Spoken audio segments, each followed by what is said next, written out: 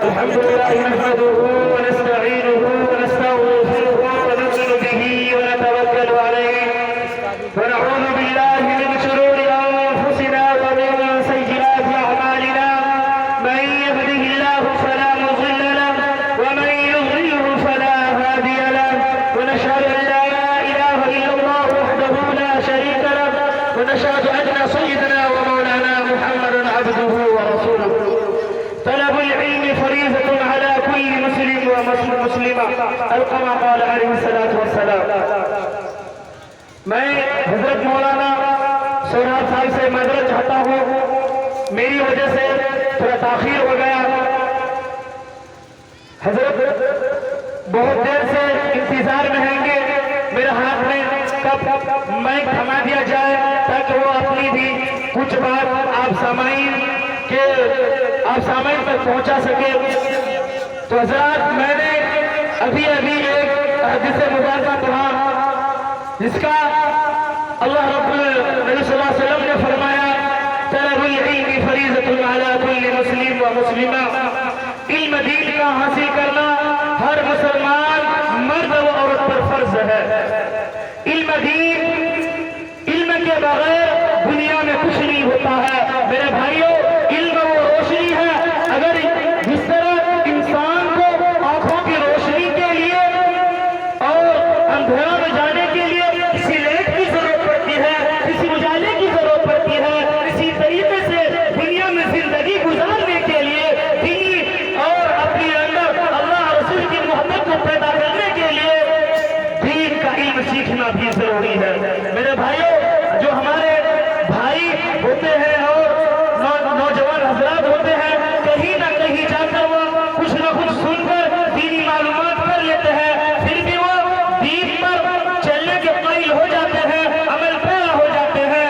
लेकिन जो हमारी माँ बहनें होती है, वो अपने घर के अंदर बैठी रहती है, काम करती है, अपने भाई और बाप की खिदमत में लगे रहते हैं, उन्हें तो दीन और दुनिया का पता ही नहीं है। मेरे भाइयों, होना तो ये चाहिए था कि अगर हम अपने बच्चा को इल्म दीन सिखा रहे हैं तो वहीं पे हम अपने बेटियों को भी इल्म दीन सिखाइए। क्यों? कि वही जो लड़की है वही कल जाके माँ बनेगी और वही तो अपने बच्चों की तरबियत करेगी। मेरे भाइयों, तरबियत एक माँ ही कर सकती है, बाप अपने बच्चों की तरबियत नहीं करता है।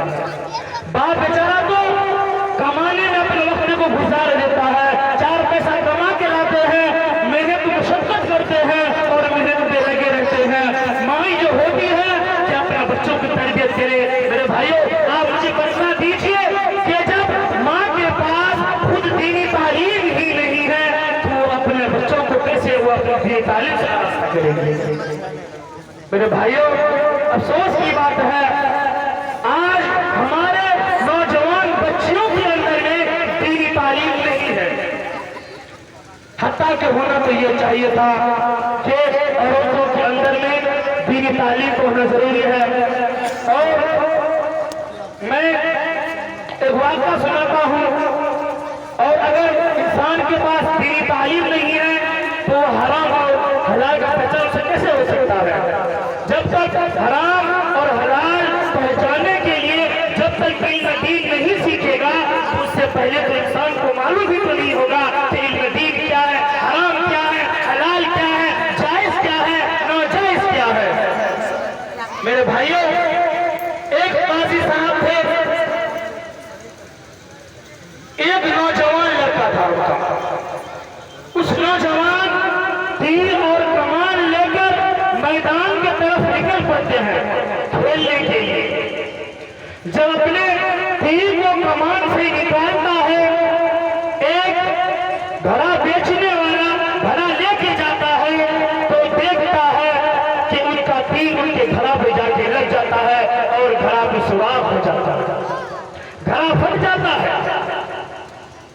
उस घड़ा वाले ने, घड़ा इसको बढ़िया बोलते हैं, उसमें पानी रखा जाता है, उस घड़ा वाले ने काजी साहब से शिकायत कर देते हैं और कहते हैं कि आपका बच्चा ने मेरा घड़ा को फोड़ दिया।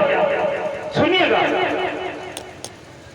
काजी साहब उसे कुछ नहीं कहते हैं, जो भी घरा को मुआवजा बनता है उनको देकर रवाना कर देता है। उसके बाद वो अपनी बीवी के पास चले जाते हैं और अपनी बीवी से पूछने लगते हैं कि बेगम साहिबा आप ये बता दीजिए कि जब आप हमल में थी, जब मेरा बच्चा आपके पेट में था, तो आपने कौन सा हराम दाना खाया? देखिए कहां से ताल्लुक कहां जुड़ रहा है। कह रहा है कि जब आप गर्भवती थी, हमारा बच्चा आपका पेट में था, आप ये बतला दीजिए कि आपने हराम का कौन सा लुत्फ उठाया था कि आज हमारा बच्चा घरा को सुराख कर दिया। इतना साल के बाद किसको याद रहता है? लेकिन बेगम साहिबा याद करने की कोशिश करती है। बहुत देर के बाद उन्हें याद आती है, कहने लगती, हाँ मैंने एक अंगूर की हराम, जो छोटा होता है ना, अंगूर को एक टुकड़ा खा लिया था। कि लोग कैसे कहने लगी, मैं कपड़े सिल रही थी तो एक औरत आई और मुझसे कहने लगी, बहन जी ये अंगूर मैं आपके पास रख के जाती हूँ, आप देखते रहिए, मैं थोड़ा कहीं जाके आता हूँ। उस औरत कहती है, मैंने कपड़ा सीलते उस अंगूर के दाने को सूखे नोक पे सुराख करके मैंने अपने मुंह के अंदर पे डाल लिया। ख्वाजा साहब ने फरमाया कि तूने उस अंगूर को सुराख करके खा लिया, इसलिए आज हमारा बच्चा ने घरा को छोड़ दिया। अगर आप उस अंगूर का दाना को नहीं खाते तो आज आपका बच्चा किसी का घरा नहीं छोड़ता। मेरे भाइयों, यहाँ से मालूम चलता है अगर माँ गर्भवती है, अगर माँ हराम खाती है तो उनका असर बच्चों पे पड़ता है। बच्चों की तरबियत एक माँ ही कर सकती है। सबसे पहला मदरसा माँ का बोध ही होता है। दीनी तालीम हासिल करने के लिए तो सबसे पहला मदरसा होता है, या कौन भैंस स्कूल नहीं होता है, या कोई दीनी तालीम का मकतब नहीं होता है, या कोई बड़ा से बड़ा मदरसा नहीं होता है। सबसे पहले मदरसा माँ की गोद होती है। मेरे भाइयों, हजारों वाक़या है ऐसा कि किस कदर माँ अपने बच्चों को तरबियत करती है और अल्लाह से दुआएं भी करती है, रब्बे करीम तू मेरा बच्चा को ऐसा बना दे कि दुनिया में नाम रोशन करने वाला बच्चा है। एक अल्लाह वाली का नाम आपने सुना होगा, बाबा फरीदुद्दीन गंजशकर। बाबा फरीदुद्दीन गंजशकर दिल्ली के रहने वाले थे। दिल्ली के रहने वाले थे, दिल्ली के रहने वाले थे हजरत।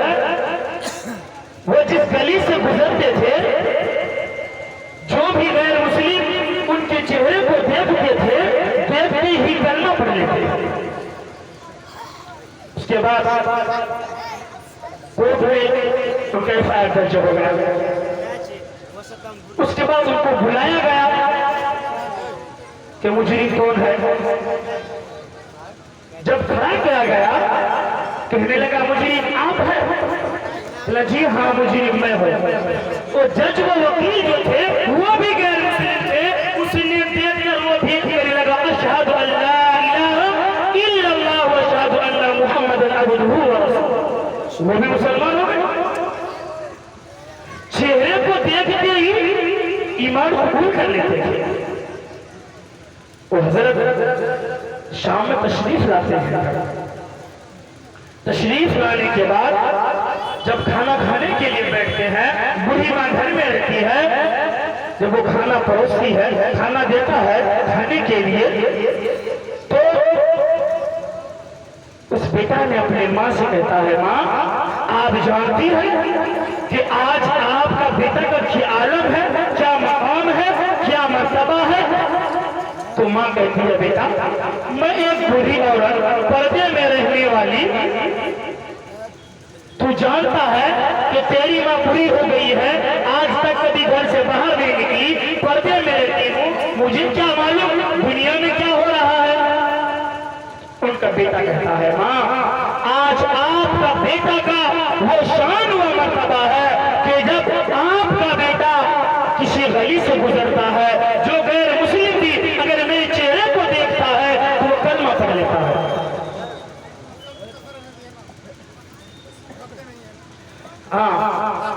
फिर माँ कहती है बेटा ये आपका कमाल नहीं है, ये आपका कमाल नहीं है, ये तो मेरी कमाल है।